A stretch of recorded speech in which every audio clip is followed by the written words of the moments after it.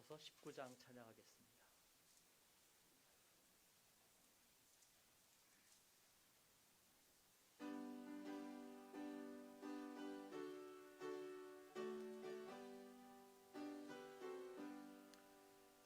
찬송하는 소리서 사람 기뻐하도다.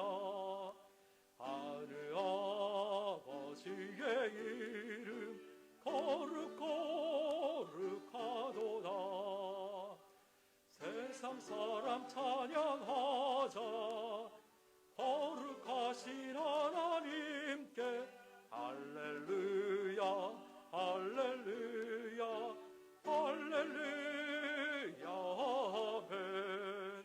하나님의 나라 권세 영원토록 있도다. 하나님의 영광 나라 거룩거룩하도다. 하늘 보좌 계신 주님 세상 주관하시도다. 할렐루야 할렐루야 할렐루야 아멘. 하나님의 크신 섭리 그 뜻대로 되도다. 우리 아버지의 뜻은 거룩거룩하도다. 주여 속히 마셔서 기쁜 날을 주옵소서. 할렐루야 할렐루야 할렐루야 아멘 아멘. 교동문 106번 감사절 두 번째 교동문 교독하겠습니다.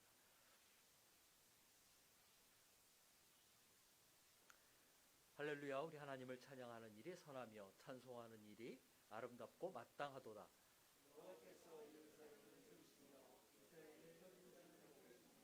상심한 자들을 고치시며 그들의 상처를 싸매시는도다.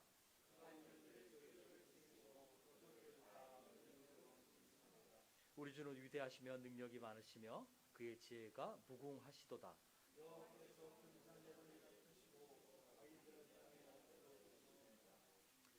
감사함으로 여호와께 노래하며 수금으로 하나님께 찬양할지어다.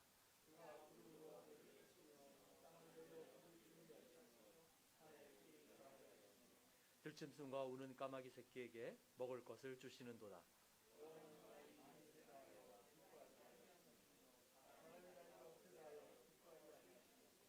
여호와는 자기를 경외하는 자들과 그의 인자하심을 바라는 자들을 기뻐하시는도다. 아멘. 사도신경으로 신앙 고백합니다. 전능하사 전지를 만드신 하나님 아버지를 내가 믿사오며 그의 아들 우리 주 예수 그리스도를 믿사오니 이는 성령으로 잉태하사 동정녀마리에게 나시고 본디오 빌라도에게 고난을 받으사 십자가에 꼽혀 죽으시고 장사한 지 사흘 만에 죽은 자 가운데서 다시 살아나시며 하늘로 오르사 전능하신 하나님 편에 앉아 계시다가 저려서 산 자와 죽은 자를 심판하러 오시리라. 성령을 믿사오며 거룩한 공회와 성도가 서로 것과 죄를 사하여 주시는 것과 몸이 다시 하는 것과 영원히 사는 것을 믿사옵나이다. 아멘. 591장 찬양합니다.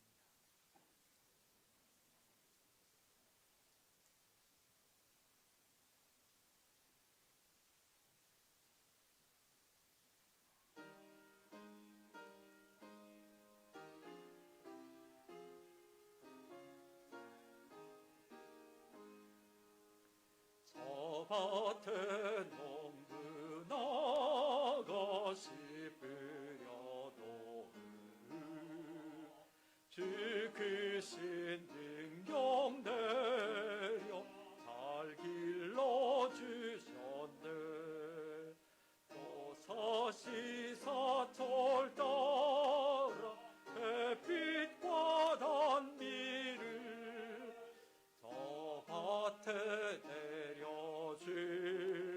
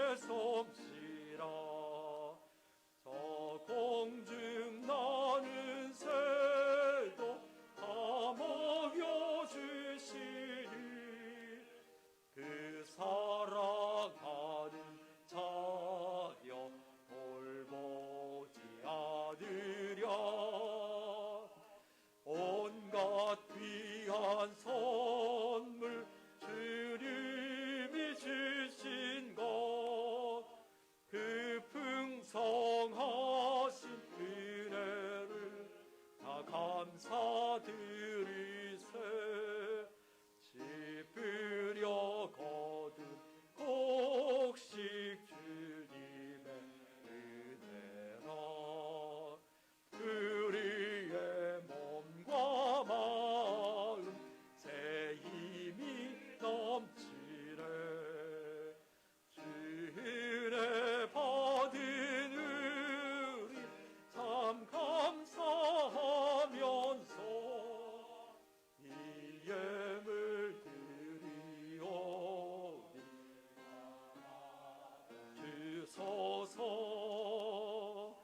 온갖 귀한 선물 주님이 주신 것 그 풍성하신 은혜를 다 감사드리세.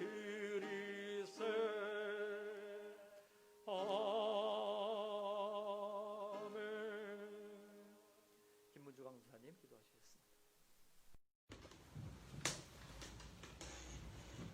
거룩하시고 은혜로우신 아버지 하나님, 언제나 우리를 지켜주시고 우리의 모든 필요를 채우시는 주님을 찬양합니다. 지난 한 주간도 주님의 보호하심과 공급하심으로 연약한 우리의 생명이 보존되고 평범하지만 귀중한 일상을 살아왔음을 알고 감사를 드립니다. 여전히 전염병 확산에 대한 사회적인 불안과 염려가 크고 그로 인해 자유로운 활동과 친밀한 인간관계가 쉽지 않은 상황이지만 어느새 2달여 남은 2020년을 돌아볼 때 우리 삶 속에서 보이지 않게 역사하시고 지금까지 선하고 안전하게 인도하신 주님의 은혜를 확인하는 한누리 성도들이 되기를 기도합니다. 특별히 추수감사주의를 맞아 비록 다 같은 자리에 모여 예배드릴 수는 없지만 우리 한누리 모든 식구들이 같은 마음과 같은 시선으로 하나님을 바라보며 받은 복을 세어보고 감사하는 시간이 될 수 있도록 이 시간 성령께서 우리의 마음을 주장하여 주시고 예배의 감격과 기쁨을 누릴 수 있도록 인도하여 주십시오. 부친상을 당한 안성진 전도사님 가정에 하나님의 위로와 평안이 임하게 하시고 부활의 소망으로 다시 만날 날을 기다리는 믿음도 허락하여 주시기를 기도합니다. 이 예배가 하나님이 기뻐하시는 온전한 예배가 되기를 소원합니다. 목사님을 통해 선포되는 하나님의 말씀이 각자의 자리에서 예배드리는 모든 이들의 마음에 감동으로 심겨지게 하시고 새로운 한 주간의 삶 속에서 순종으로 열매 맺을 수 있도록 성령께서 역사하여 주시옵소서. 예배의 시종을 의탁드리오며 이 모든 말씀 우리 주 예수 그리스도의 이름으로 기도드립니다. 아멘.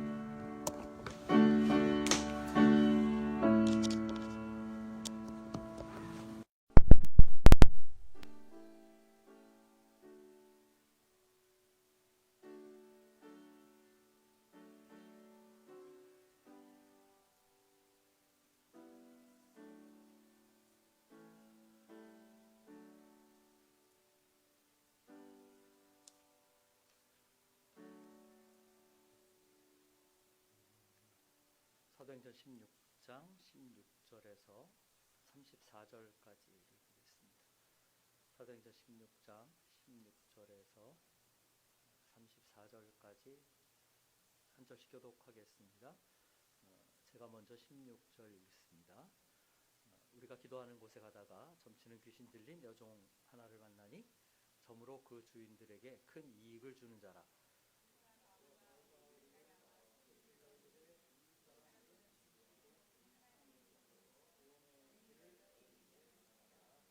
이같이 여러 날을 하는지라 바울이 심히 괴로워하여 돌이켜 그 귀신에게 이르되 예수 그리스도의 이름으로 내가 네게 명하노니 그에게서 나오라 하니 귀신이 즉시 나오니라.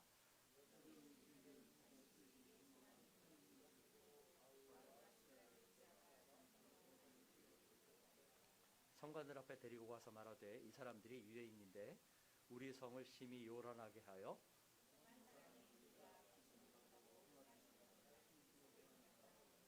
우리가 일제히 일어나 고발하니 성관들이 옷을 찢어 벗기고 매로 치라 하여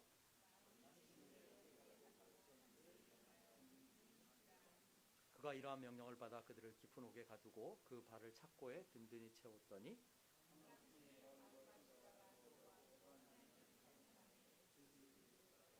이에 갑자기 큰 지진이 나서 옥토가 움직이고 문이 다 곧 다 열리며 모든 사람의 매인 것이 다 벗어진지라.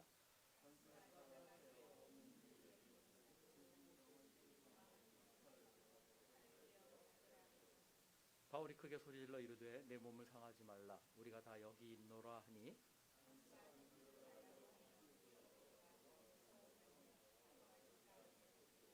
그들을 데리고 나가 이르되 선생들이여 내가 어떻게 하여 구원을 받으리이까 하거늘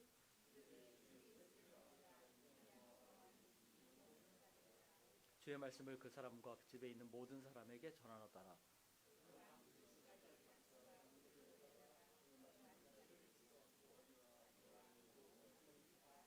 같이 읽습니다. 그들을 데리고 자기 집에 올라가서 음식을 차려주고 그와 온 집안이 하나님을 믿음으로 크게 기뻐하니라. 아멘.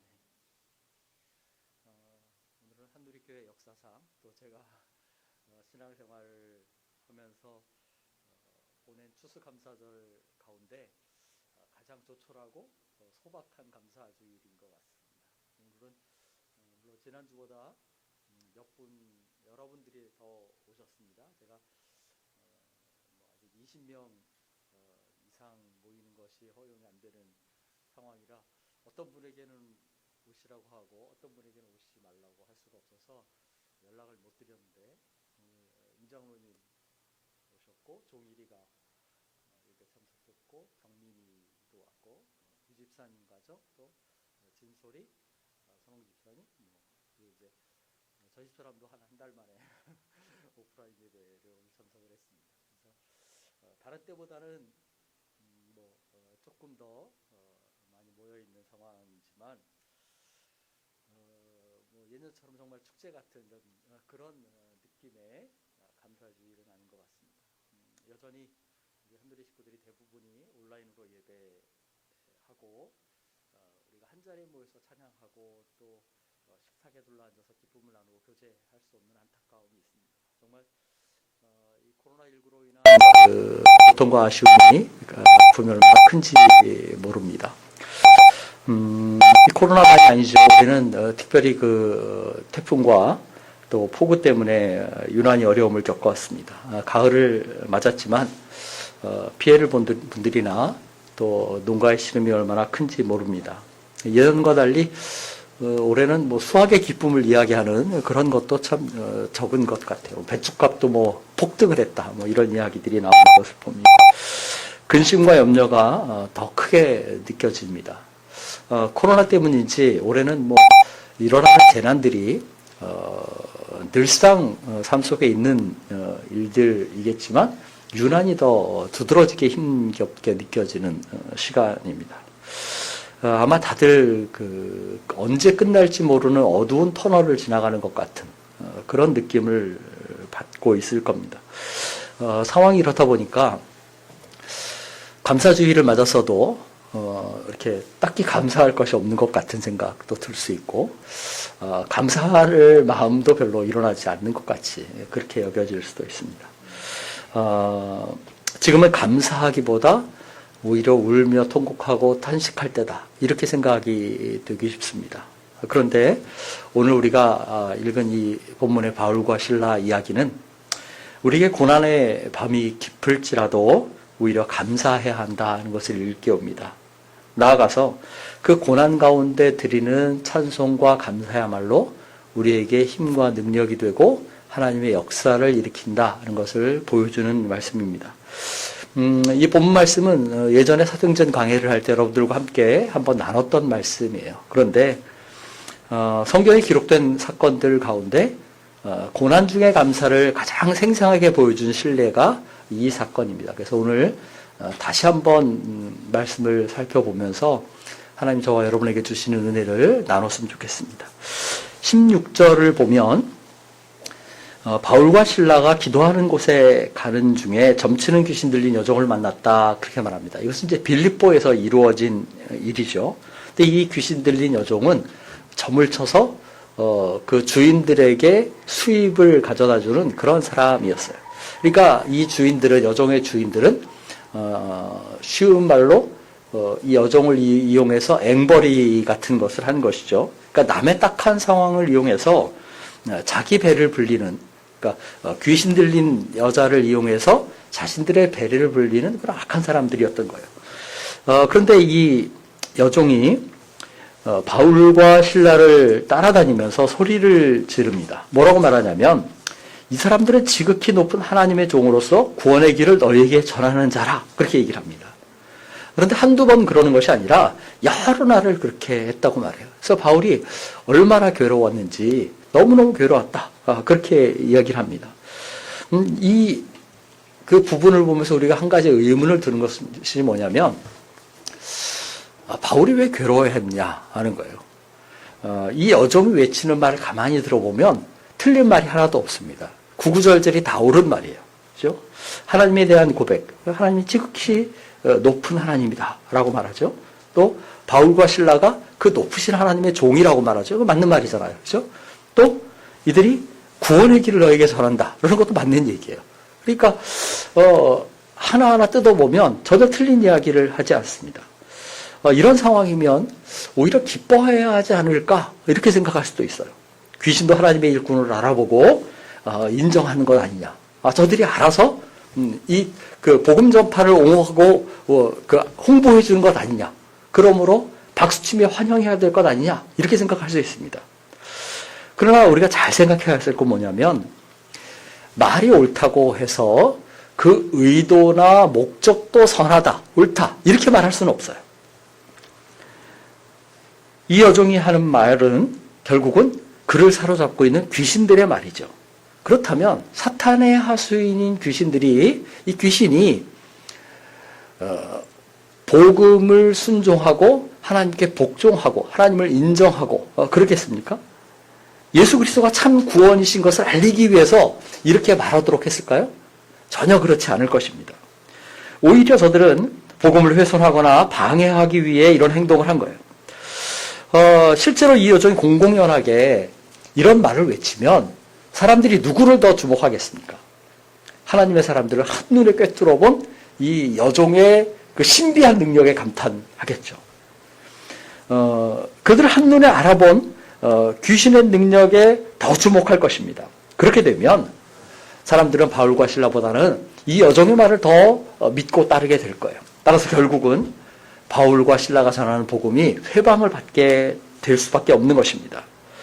바울은 이런 귀신의 의도와 위험성을 간파했어요. 그래서 이 여종을 고쳐줌으로 그 사탄의 회방을 차단하는 것입니다. 자, 그런데 19절을 보세요. 이 여종을 고쳐주자 어떤 일이 벌어집니까? 주인들이 자기에게 들어오는 수입이 끊어진 것을 보고 바울과 신라를 고소합니다. 자신들의 돈줄이 끊겼다는 거죠. 그래서 이 여종이 귀신에게서 해방되고 치유되고 정상적인 삶을 살게 된 것을 기뻐하고 환영하고 감사하는 게 아니라 오히려 바울과 신라에 대해서 악감정을 품었어요.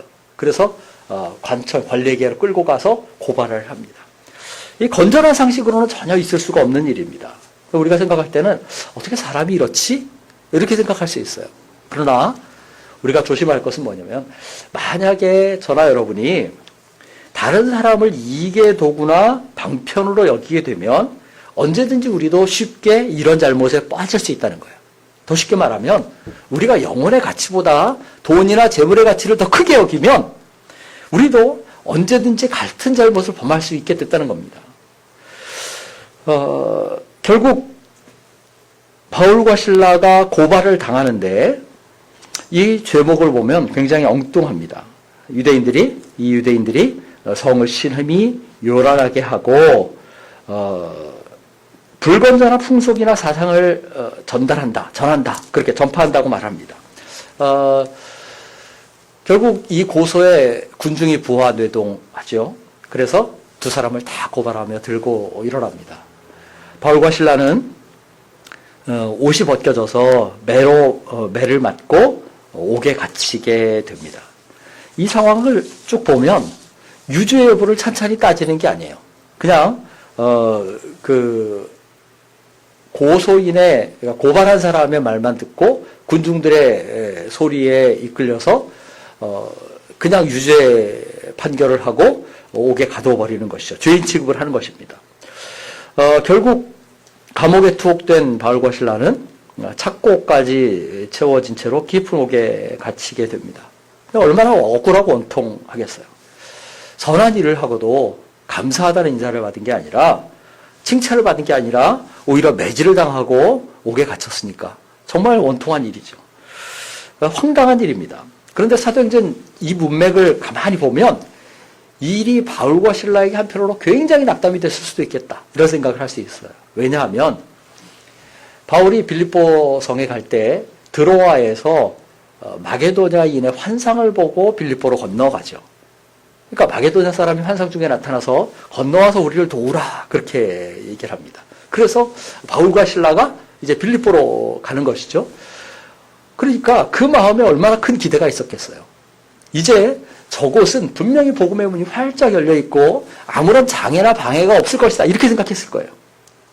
실제로 자조장사인 루디아가 회심한 일, 그리고 그 온 집안이 세례를 받은 그 일까지를 생각해 보면 정말 고무적이었을 것입니다. 그런데 한순간에 상황이 돌변합니다. 억울하게 누명을 쓰고 옥에 갇히게 되었습니다. 그러니까 기대했던 상황이 완전히 무너진 것이죠. 그러니까 얼마나 낙담이 됐겠습니까? 만약 저나 여러분이 이런 상황에 처한다면 어떻겠어요? 아마 하나님을 원망할 수도 있습니다. 이러려고 나를 여기에 보내셨습니까? 할 수 있겠죠. 여전히 주인들이나 관리들을 좀 욕을 하고 저주할 수도 있겠어요. 나는 억울하다고 소리소리 지를 수도 있습니다. 절망과 낙담에 빠져서 그저 한숨과 그 탄식만 내뿜고 앉아 있을 수도 있어요. 그런데 바울과 실라는 달랐습니다. 25절 보세요. 뭐라고 말합니까? 한밤중에 바울과 실라가 기도하고 하나님을 찬송하며 죄수들이 듣더라 라고 말합니다. 이 놀라운 말씀이 아닐 수 없어요. 바울과 실라는 이런 상황에서 하나님께 기도하고 찬송합니다. 하나님을 기뻐하고 노래해요. 하나님을 의지합니다. 하나님을 바라봅니다. 하나님만 높여드리죠. 바울과 실라는 하나님께 감사를 드립니다. 그 깊은 옥중에서 상처투성이의 몸에 착고를 발에 차고도 하나님을 높여드리는 것입니다. 그런데 우리가 다 아는 것처럼 이 바울과 실라의 기도와 찬양에 하나님이 응답하시죠. 그래서 어떤 일이 일어나요? 지진이 일어나고 옥문이 열립니다. 그것이 계기가 돼서 이 빌립보 감옥의 간수와 그 집이 복음을 듣고 다 구원을 얻습니다. 그리고 마침내 우리가 읽지 않았지만 35절 이하를 보면 바울과 실라가 이제 누명을 벗고 풀려납니다. 그래서 한순간에 또다시 상황이 바뀌죠.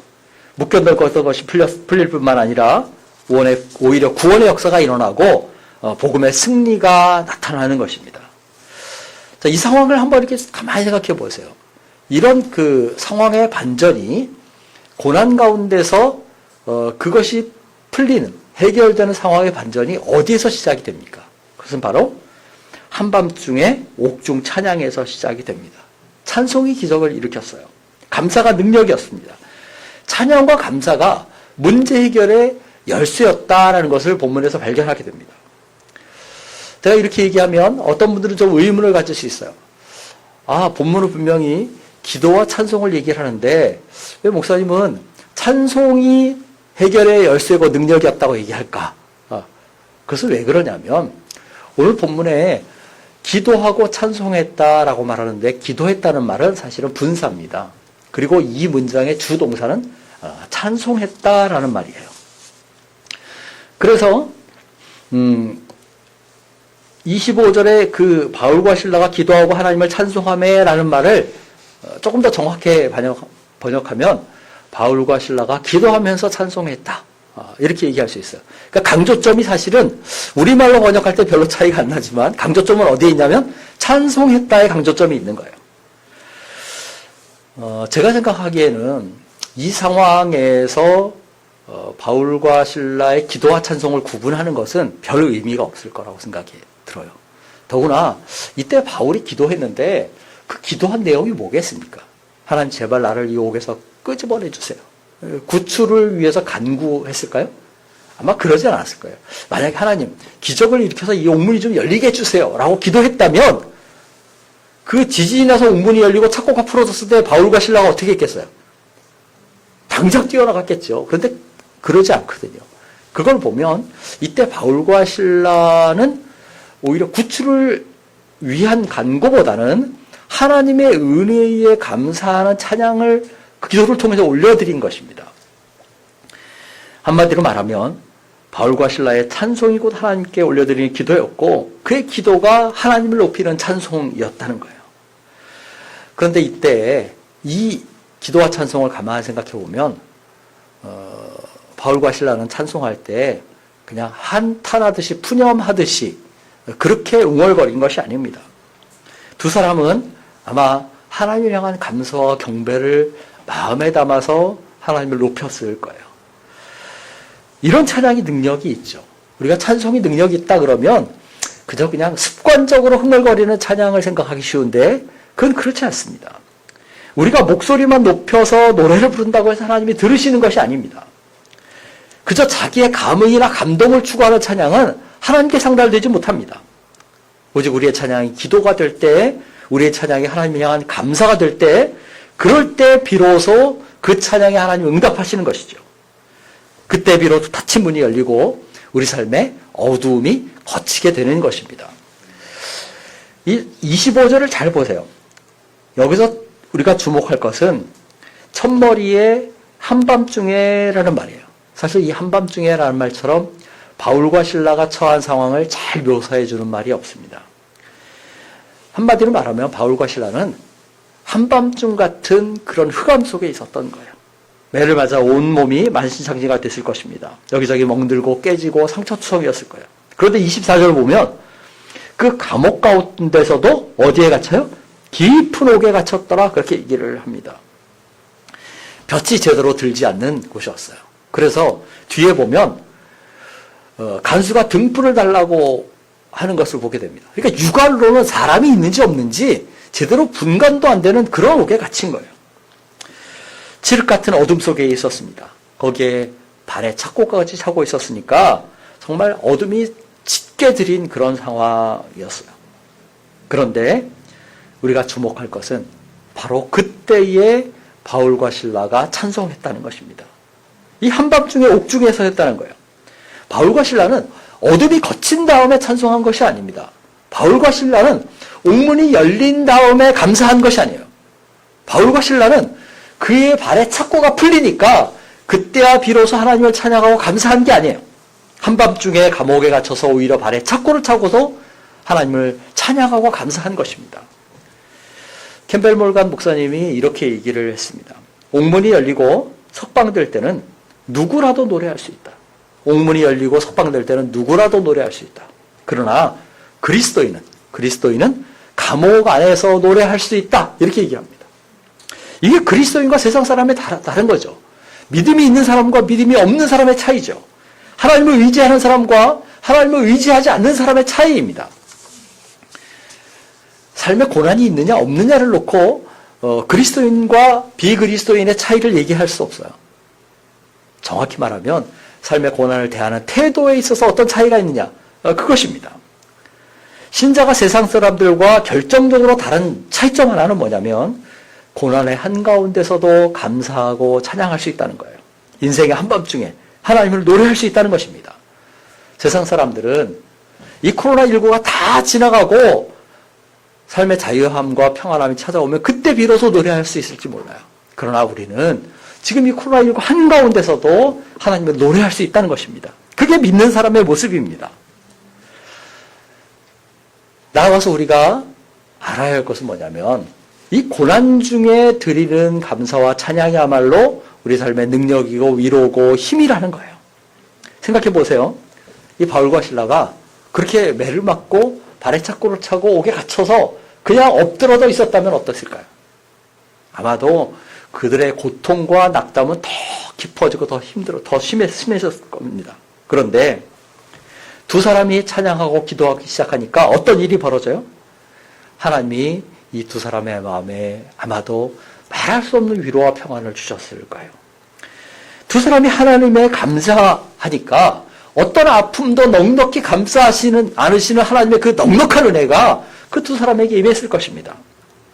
그냥은 견디기가 힘든 고난이었을 텐데 하나님 주시는 기쁨이 가슴에 마음에 차니까 그것을 얼마든지 견뎌낼 수 있게 됐을 것입니다. 이것이 찬양과 감사의 능력이고 힘이에요.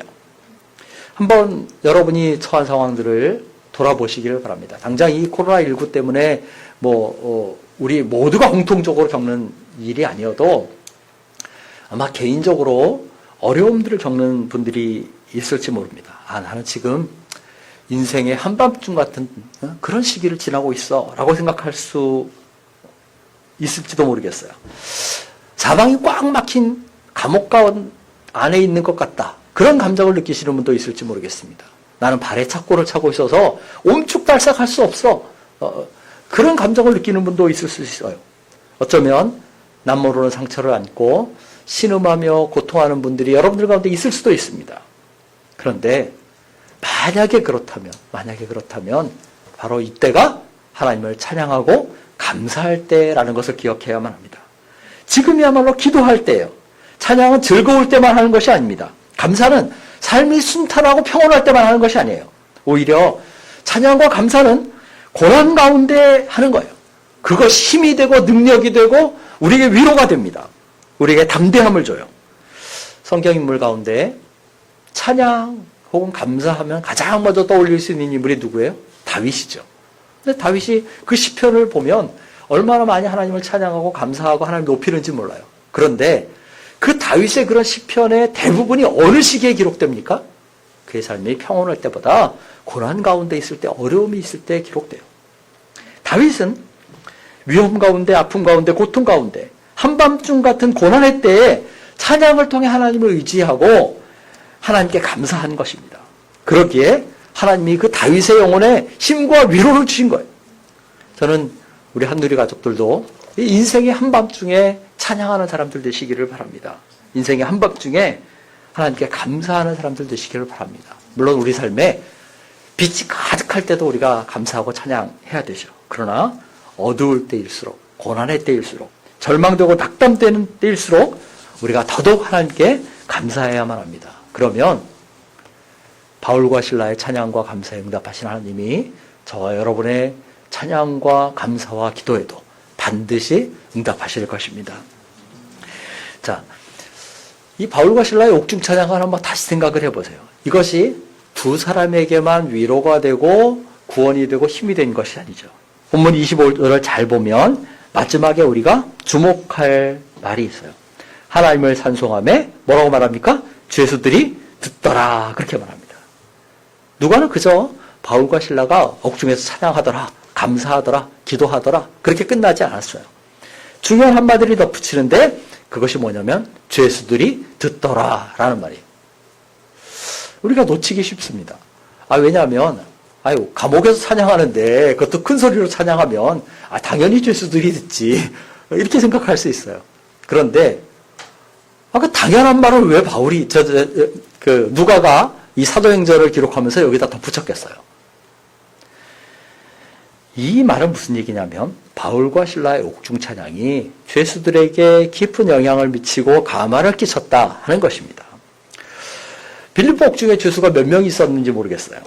또 거기에 갇힌 사람들의 죄목이나 상황이 어떤지 우리가 다 알지 못합니다. 그러나 유죄 무죄 여부를 떠나서 옥중에 있는 사람들이야말로 가장 위로가 필요하고 복음이 필요하고 하나님이 필요한 사람들이죠. 그런데 그런 그들에게 바울과 실라가 하나님께 올려드리는 찬양이 어떤 영향을 미쳤겠느냐 하는 것입니다. 처음에는 별일이 다 있다 그랬을 거예요. 그죠? 어떤 사람들은 이게 갇혀서 괴로운데 밤에 잠도 못 자게 왜 이 수면을 방해해 라고 화를 냈을지도 모르겠습니다. 그러면서 한편으로 이런 생각도 들었겠죠. 저렇게 매를 맞고도 찬송하는 것을 보면 저들이 믿는 하나님이 어떤 신일까라고 의문을 가졌을 법해요. 더구나 바울과 실라의 찬송이 신세 한탄이 아니라 하나님을 높여드리는 감사였다면 저들이 전하는 그 복음이 뭘까라는 의문을 가졌을 법합니다. 사실 25절에 듣더라라는 말은 그냥 귀에 들렸다는 것이 아니에요. 그러니까 내가 가만히 있으니까 소리가 들려왔다. 그것이 아닙니다. 이 듣더라라는 말은 귀를 기울여서 들었다는 거예요. 골똘히 들었다는 것입니다. 주의를 집중해서 세심하게 들었다 하는 거예요. 그러니까 이 말은 뭐냐면 바울과 실라의 옥중 찬양이 죄수들에게 하나님을 알릴 기회가 된 거예요. 복음의 증거가 된 것입니다. 실제로 26절 이하를 보세요. 지진이 일어납니다. 옥문이 열렸어요. 죄수들이 메인 것이 다 풀어졌습니다. 그런데 자다가 깬 간수가 죄수들이 다 도망한 것처럼 생각을 해서 어떻게 해요? 자결을 하려고 합니다. 이걸 가만히 보면 바울과 실라의 태도와 그 간수의 태도가 얼마나 대조되는지를 알 수 있어요. 그러니까 하나님 없는 사람, 믿음이 없는 사람의 태도는 이럴 수 있습니다. 고난이 닥치고 어려움이 닥치면 금세 좌절하고 삶을 포기할 수 있어요. 그러나 예수 믿는 사람들은 다르죠. 왜 그래요? 내 삶의 모든 일들이 하나님의 주관과 선하신 섭리 아래에 있다는 것을 우리가 믿기 때문에 그래요. 우리가 지난번에 나눈 말씀처럼 이것조차도 우리에게는 합력하여 선을 이루신다는 것을 우리가 확신하기 때문에 그렇죠. 그런데 간수는 그런 믿음이 없었죠. 이때까지만 해도. 그러니까 그는 삶을 포기하려고 하는 것입니다.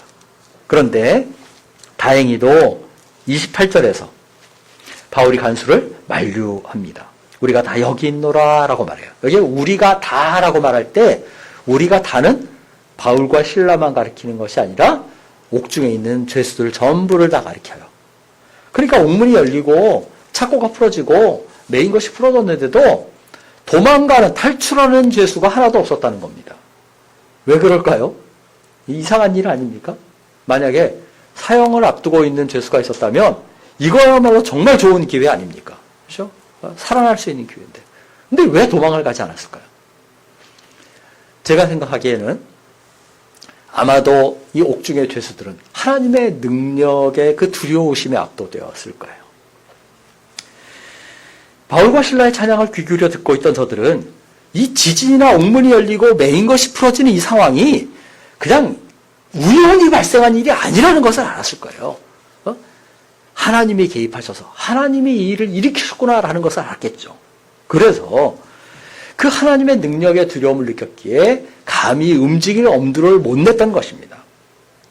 이걸 보면 바울과 실라의 찬양이 얼마나 그 주변 사람들에게 큰 영향을 미쳤는지, 나아가서 커다란 감화를 미쳤는지 그것을 알 수 있어요. 저들은 하나님의 살아계심을, 복음의 참됨을 목격했습니다.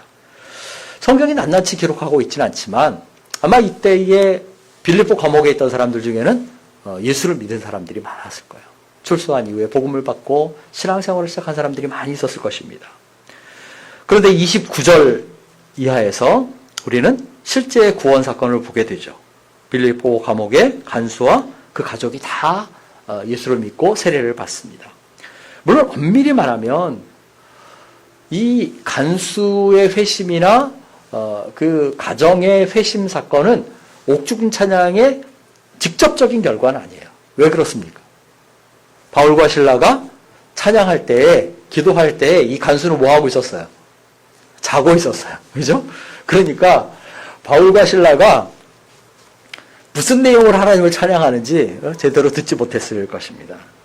그렇지만 결과적으로 보면 그 간수와 그 가족들이 하나님을 믿고 세례를 받게 된 그 출발점, 그 계기는 바울과 실라의 옥중 찬양이었다라고 말할 수 있어요. 우리가 고난 중에 드리는 감사와 찬양은 우리 자신에게만 유익이 되는 것이 아니에요.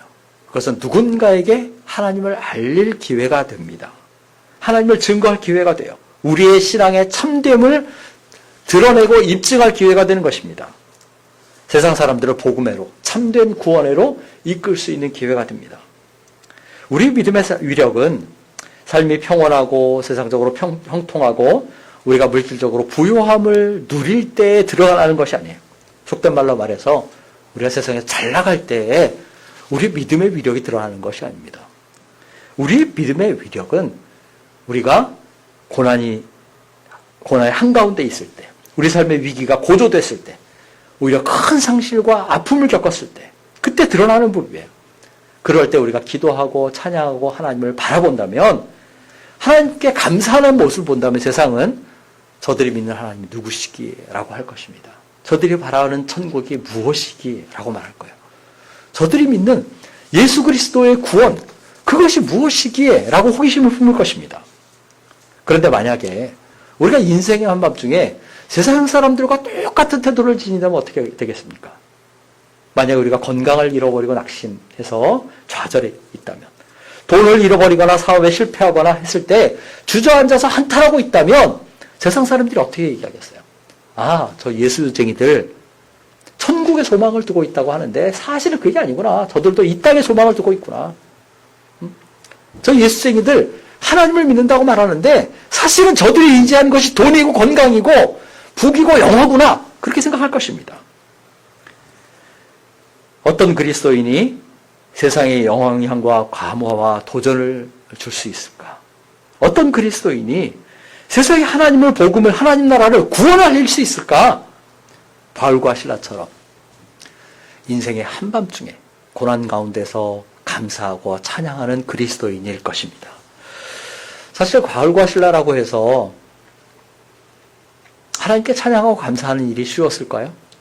그냥 저절로 그냥 마음에서 막 감격이 솟아올라서 하나님을 찬양하게 됐을까요? 기도하고 싶은 마음이 그냥 마구마구 막 솟구쳤을까요? 주체할 수 없는 하나님의 은혜를 느끼면서 그냥 막 하나님을 찬양했을까요? 물론 그랬을 수도 있겠다는 생각이 들지만 저는 그건 아니라고 생각을 합니다. 왜냐하면 바울과 실라가 언제 옥에 갇혔겠어요? 시간으로 보면 아마도 날이 어둡기 전이었을 거예요. 바울과 실라는 한낮에 체포가 돼서 그 관리들에게 끌려가고 어둡기 전에 옥에 갇혔을 것입니다. 그런데 바울과 실라가 찬양하기 시작한 때가 언제예요? 한밤중이라고 말합니다. 이 한밤중이라는 것은 거의 자정 가까운 그 시간을 얘기를 합니다. 이건 뭘 얘기하냐면 그냥 투옥되자마자 찬양하고 감사하고 한 것이 아닙니다. 제가 왜 이런 이야기를 합니까?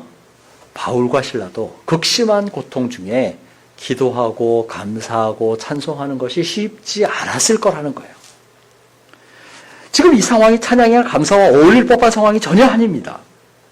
찬양과 감사가 저절로 우러날 상황이 아니라는 거예요. 그럼에도 결단하고 하나님을 찬송하겠다고 마음먹고 의지적으로 하나님께 기도하겠다고 감사하겠다고 생각하고 감사하고 찬양한 것입니다.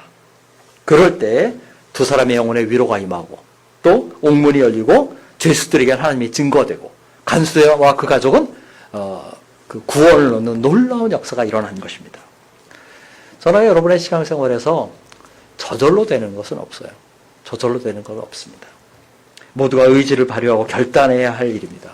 일례로 우리가 지금은 이렇게 예배당에 다 모이지 못하지만 여러분들 주일 아침이 되면 저절로 눈이 번쩍번쩍 탁탁 떠지던가요? 그래서 내가 막 노력하지 않아도 막 마음의 기쁨이 솟아나서 설레는 마음으로 막 이렇게 눈도 떠지고 몸도 움직여지고 그러나요? 그러면 가장 이상적이죠. 우리가 은혜가 충만하고 성령이 충만할 때 그럴 수 있어요. 근데 대부분의 경우는 그렇지 않습니다. 힘겹고 피로하고 뭐 이래도 억지로 몸을 일으켜서라도 예배당에 나와야 하는 것이 우리의 모습이에요. 우리가 기도하는 것이나 말씀 묵상하는 것이 저절로 되던가요?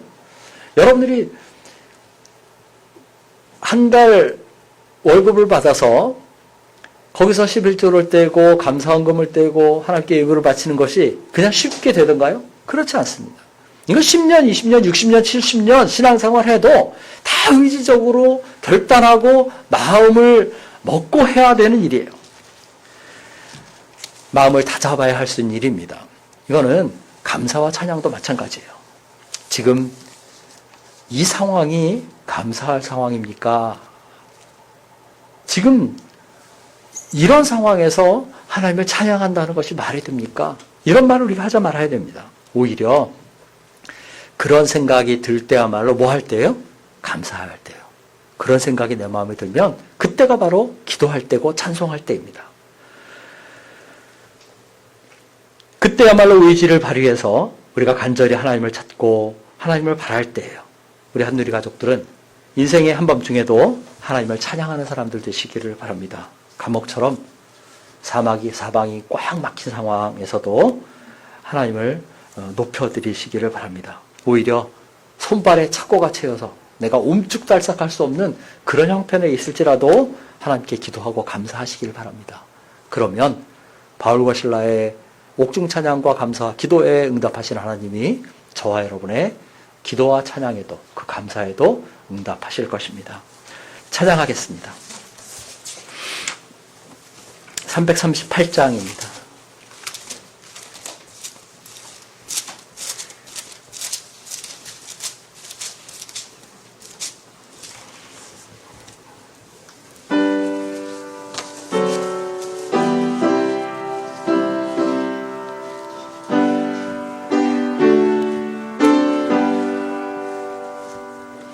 내 죄를 가까이 하게 함을 십자가 심 같은 고생이라 내 일생 소원을 늘 찬송하면서 주께도 나아가기 원합니다. 내 고생하는 것 옛 야곱이 돌베개 베고자 갔습니다. 그날도 소원이 늘 찬송하면서 주께로 나가기 원합니다. 천석에 가는 길 험하여도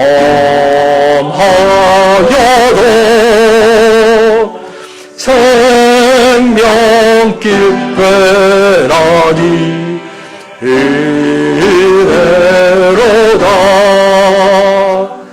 천사 널 부르니 늘 찬송하면서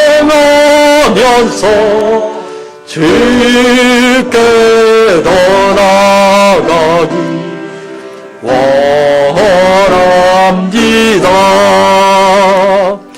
야곱이 삼게요 일어나를 대단을 쌓은 것 본받아서 숨질 때 되도록 늘 찬송하면서 주께로 나가기 원합니다.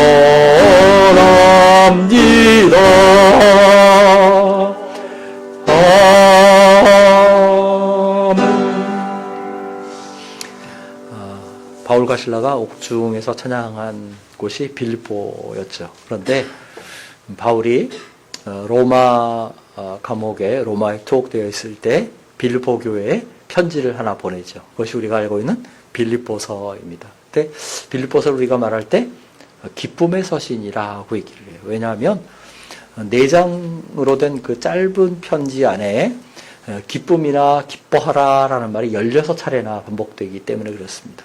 바울은 내가 기뻐하니 너희도 기뻐하라라고 빌립보 성도들에게 말합니다. 내가 이 옥중에서도 갇혀서도 하나님께 감사하고 기뻐하니까 너희도 기뻐하라라고 말하는 겁니다. 그 말을 들을 때 빌립보 성도들이 무엇을 떠올렸을까요? 아마 빌립보 감옥에서 찬양하고 감사하고 기도했던 바울을 떠올렸을 거예요.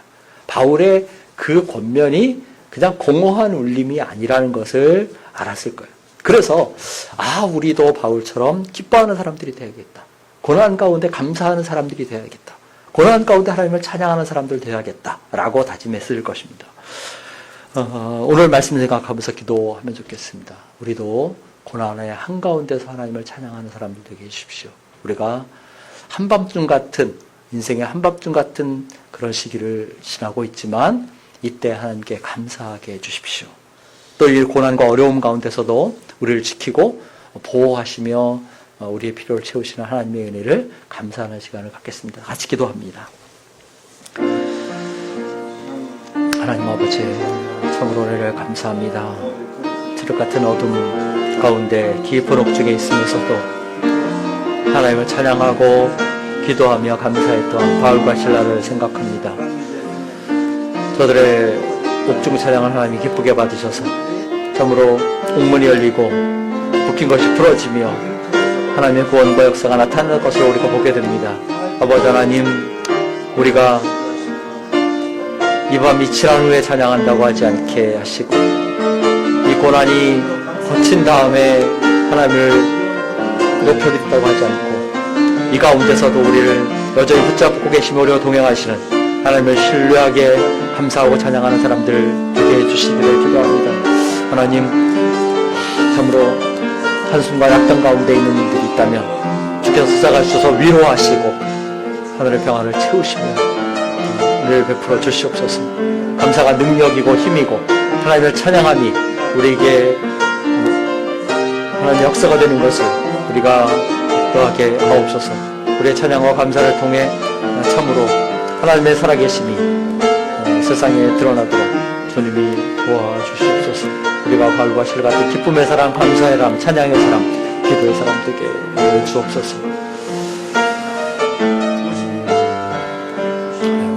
붙잡아주시옵소서. 주님의 은혜를 베풀어 주시옵소서.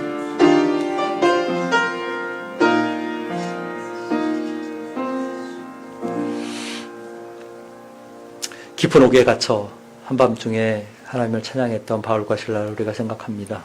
우리가 인생의 어두운 시기를 지나고 있지만 바울과 실라처럼 오히려 이런 때 하나님을 찬양하게 하옵소서, 하나님께 감사하게 하옵소서, 하나님 앞에 기도하게 하옵소서. 여전히 우리와 함께 계시고 또한 우리에게 모든 것을 합력할 선을 이루시는 하나님의 선하신 섭리를 우리가 신뢰하며 흔들리지 않게 하옵소서. 우리의 찬양과 감사가 하나님을 높여드림이 되고 세상을 향해서는 하나님의 살아계심을 증거하는 것들 되게 하옵소서. 하나님, 알지 못한 어려움 가운데 있는 성도들이 있다면 주께서 위로해 주시옵소서. 우리는 마땅히 어떤 말로 위로해야 할지 알지 못하지만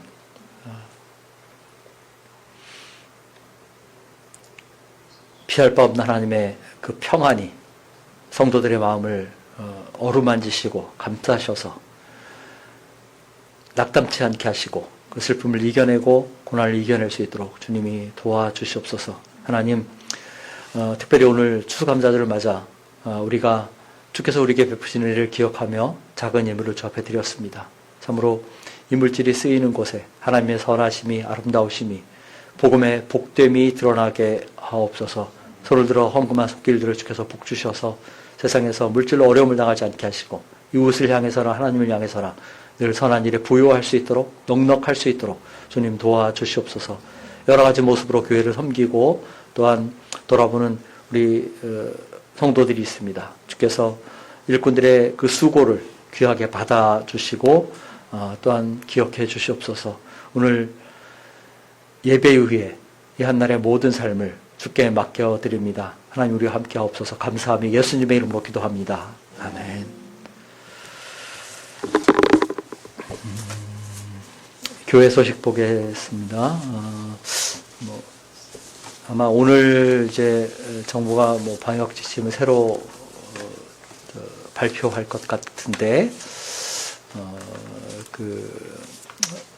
발표되는 지침에 따라서 우리 모임도 조정을 하도록 하겠습니다. 제가 주요 성경 공부를 어떻게 해야 하나 하는 고민을 하면서도 선뜻 결론을 못 내리는 게, 다른 교회들은 이제 수요 예배, 그래서 사실 정규 예배처럼 수요일 날 모였는데 우리는 옛날부터 수요일 성경 공부를 해왔어요. 그래서 그러다 보니까 이게 자칫하면 예배가 아니라 성경 공부다 이렇게 이제 오해를 받을 수 있는 소지도 있고, 소모임을 금지하는 상황에서 조금 염려가 돼서 지금 이제 정부의 지침 발표되는 것을 보고 시작을 해야 되겠다는 생각을 합니다. 다다음 주쯤부터는 좀 하면 좋겠다는 생각은 하고 있는데, 제가 뭐 주중에든지 다음 주에 또 광고를 자세히 하도록 하겠습니다. 오늘 우리 추수감사원금 드린 것은 교회 안에서 섬김위원회 재정으로 사용해서 어려운 이들을 돕는 데 사용하겠습니다. 다음 주일 예배는 우리 문주광 수사님이 인도합니다. 사실은 내일이 원래는 이제 우리 북서울로회 노회가 있는 날이었고, 목사 안수식, 감도사 인허식이 있는 날이라서 제가 목사 안수 받고 첫 주일에 예배 인도를 해달라고 부탁을 일부러 10월 셋째 주를 주일 예배를 맡겼는데, 이제 목사 안수식, 감도사 인허식이 연기가 됐어요. 아마 마지막 주에 할 수 있을지, 하게 되더라도 본인하고 뭐 배우자만 참석을 하고 온라인으로 할 가능성도 많이 있고, 그런 형편이라 여러분들이 김문주 목사님의 설교를 들으시려면 한 달, 2달 더 기다리셔야 될 것 같습니다. 아쉬우셔도. 그래서 더 묵혔다가 더 은혜로운 설교를 해주시기를 기대하시면 좋겠습니다.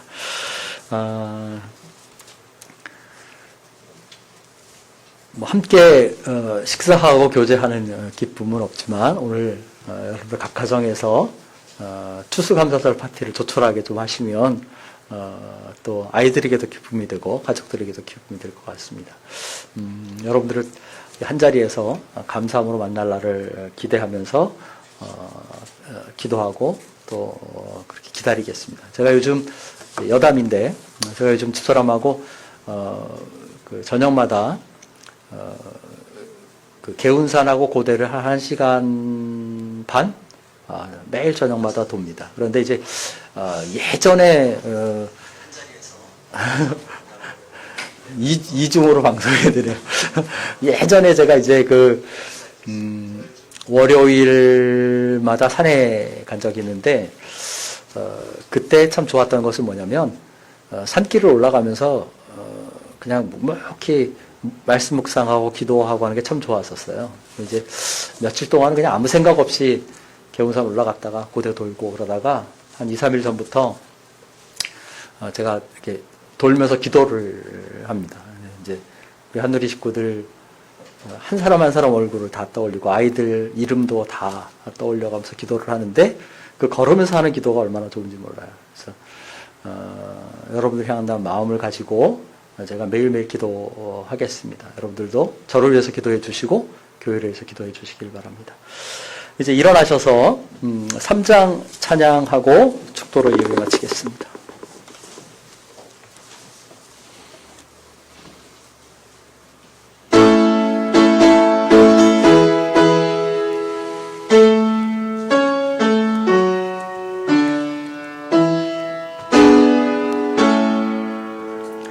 성부 성자와 성령 찬송과 영광 돌려 오르세 태초로 지금까지 또 영원 늙음토록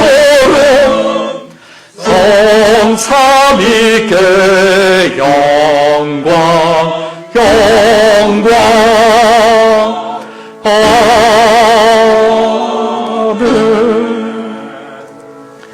지금은 우리 주 예수 그리스도의 은혜와 하나님 아버지의 무한하신 사랑과 성령의 감동감화 교통 충만하심이 인생의 한밤중 같은 어두움 가운데서도 하나님께 찬양하고 감사하기를 소원하고 다짐하는 우리 한누리 모든 가족들 위해 이제로부터 영원토록 함께 있을지어다. 아멘.